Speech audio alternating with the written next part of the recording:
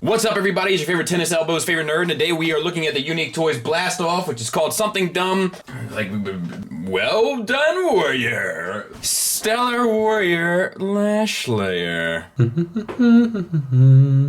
So, this is on loan to me from Titan 1. I was in for the whole set, and then when I saw this design, I was like, nope. And he knew I was iffy on it, so he hit me up and he was like, look, dude, I know you're not really feeling the design. If you want, I'll send you mine. You can look at it and send it back. Or you can decide to buy it and he'll get another one, whatever. So that was cool. The link to Titan 1 is in the description. I haven't decided what I'm doing yet. You guys have already seen my Bruticus review, I hope, so you kind of know how I feel. There is a large part of me that wants to keep them just to compare this with the Zeta Toys one. But that's an awful lot of money out of my pocket for some of you viewers who are great. And some of you who act ridiculous on the internet. But he does come with some accessories. Let's take a look. So he does come with a Bruticus hand. I wish somebody would have given the designer who designed these chest proportions a hand instead. To follow that up, he comes with an additional kind of blast shield, so to speak, or cockpit area for his space shuttle. And that's so you can unplug the wings on his legs, plug them into the chest shield, and have a more accurate chest for Bruticus. I don't know why they're worried about that now, when they seem to only really be worried about it with this guy. And you can also store this on his back, if you'd like, with the nose cone down, or even with the nose cone up. And he comes with a gun. The handle flips down. We got some silver paint accents on there. It's big. It's not accurate to the G1 model. I think they've kind of thrown out the attempt to make it G1 by this point, so I guess it's fine. He will hold it. However, it is a very tight connection, and in the process of putting it into his hand, I have torn some of the plastic off of the mold at the bottom. Just a small piece, probably flash, but you get the idea. And the gun can plug in underneath on space shuttle mode.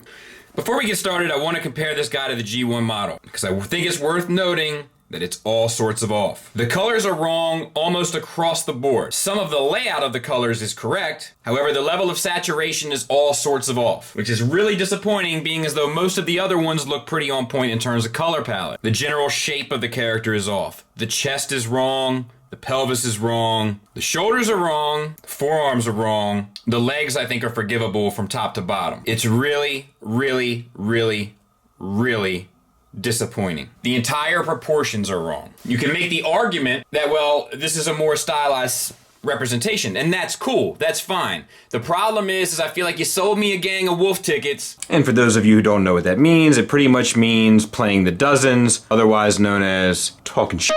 When you released Brawl and Swindle first, that had a very G1 aesthetic. So you hooked me, and then you broke my heart, like Fredo did Michael.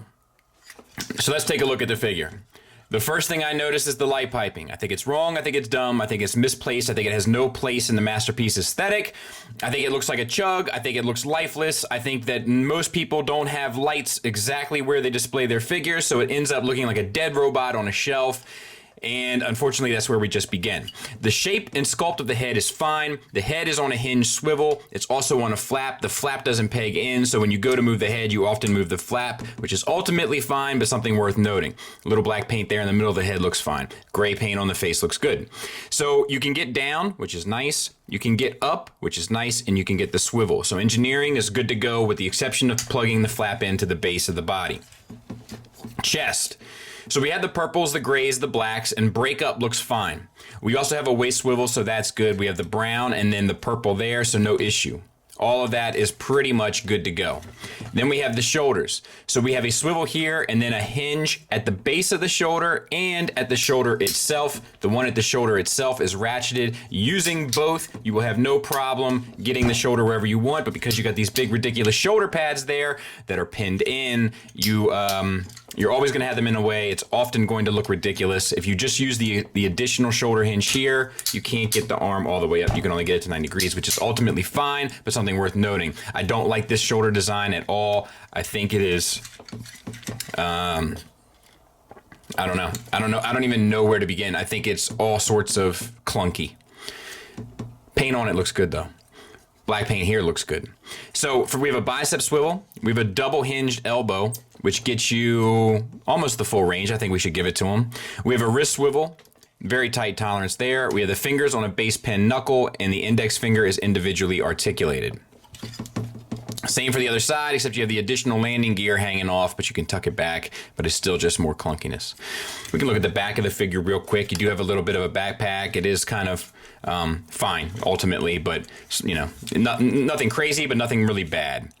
Hips. The whole hip piece flips up here, which is always a bummer, because it means if you're going to have the leg forward, this is always going to sit completely off the figure. It's just not a great design. They are universal joints. They're ratcheted, and then they're tensioned out to the side, which some people like and some people don't. It's fine. We have a thigh swivel built around the universal, not a huge range of motion, but ultimately it doesn't get on my nerves because it's kind of anatomically appropriate. And then we have a knee, a single hinge that gets you just shy of 90 degrees. We have very bulbous legs, and then we have the feet. So you have an ankle rocker that works perfectly. You have an ankle tilt down and up. This piece here manipulates in the back, so you can use it as a heel spur, and then you can also, there's a way to do this.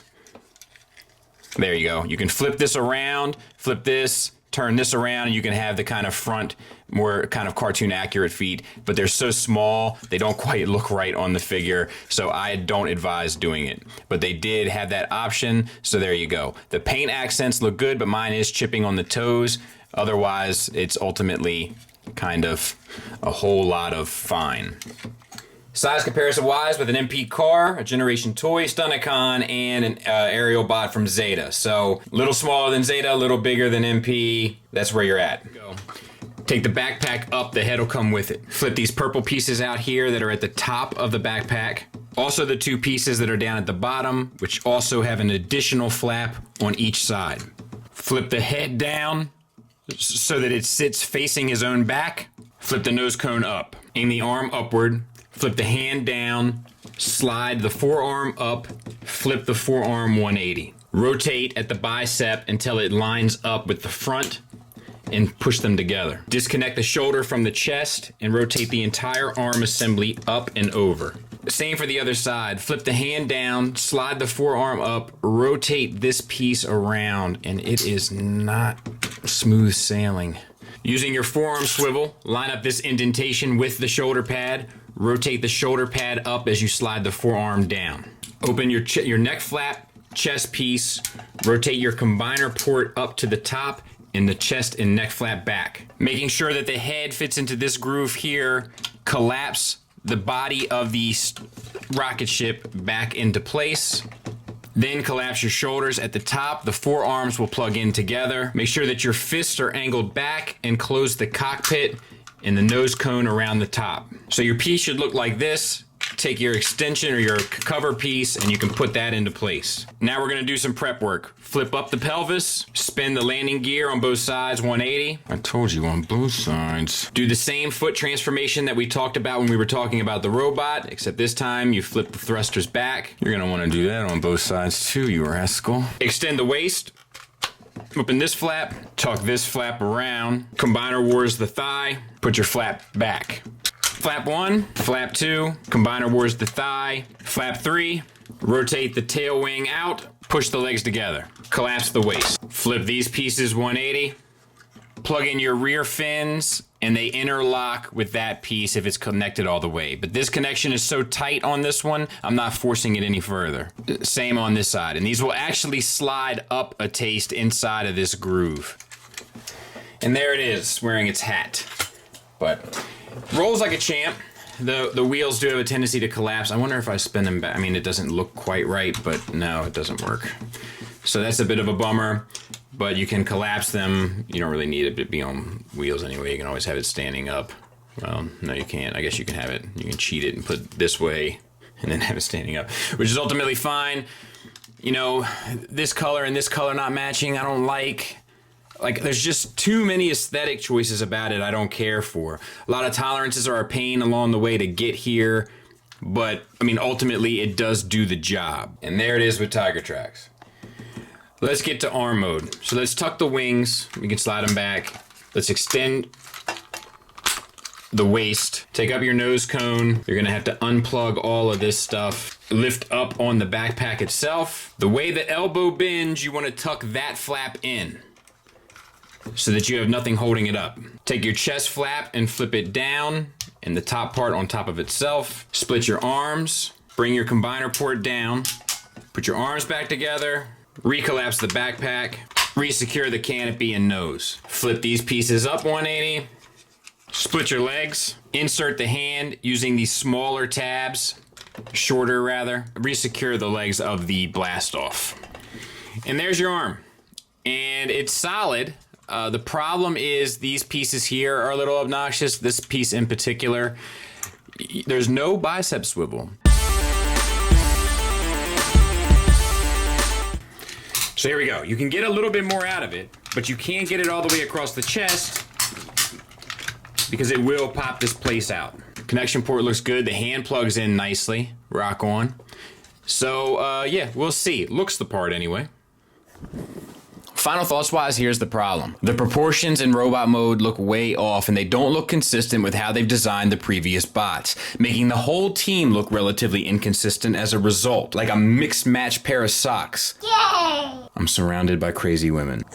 Another problem, which is much more subjective in my opinion, is that the bot is very clunky and yet it's also very detailed. Usually when those two things happen at the same time, it creates a very kind of weird, odd, and perhaps even ugly, depending on your point of view, representation. The overly detailed, sleek bots look great. The big, clunky, plain bots look great. The big, clunky, overly detailed bots look bizarre. Like you don't know what it is that you want to be. I hate the hip flap. I hate when the whole pelvis flips up as one piece. It always causes posing issues. And the colors are far too desaturated. They're mix matched, once again. Yay! And they're just plain off. And that's a problem. There's also a lot of tolerance issues getting stuff to plug in properly. And some of those tolerance issues create dents in the plastic as you're going to do so, because the plastic itself is relatively soft. The positives, the articulation is good. The engineering for the transformation is pretty intuitive. If it weren't for the tolerance issues, it would be great. And that's all I got. It's not a great release, it's a fine release. I'm not sure it's that much better than Warbitron's effort, to be honest. So hopefully you've already seen my Bruticus review and you know whether or not I recommend this set, but I can't recommend this one on its own unless you're 100% okay with the way it looks. And I get it, that's a subjective thing.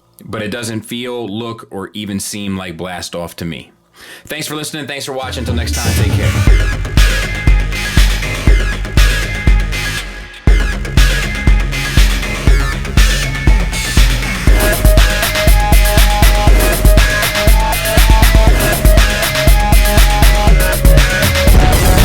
What's up, everybody? It's your favorite tennis elbow's favorite nerd, and what's up, everybody?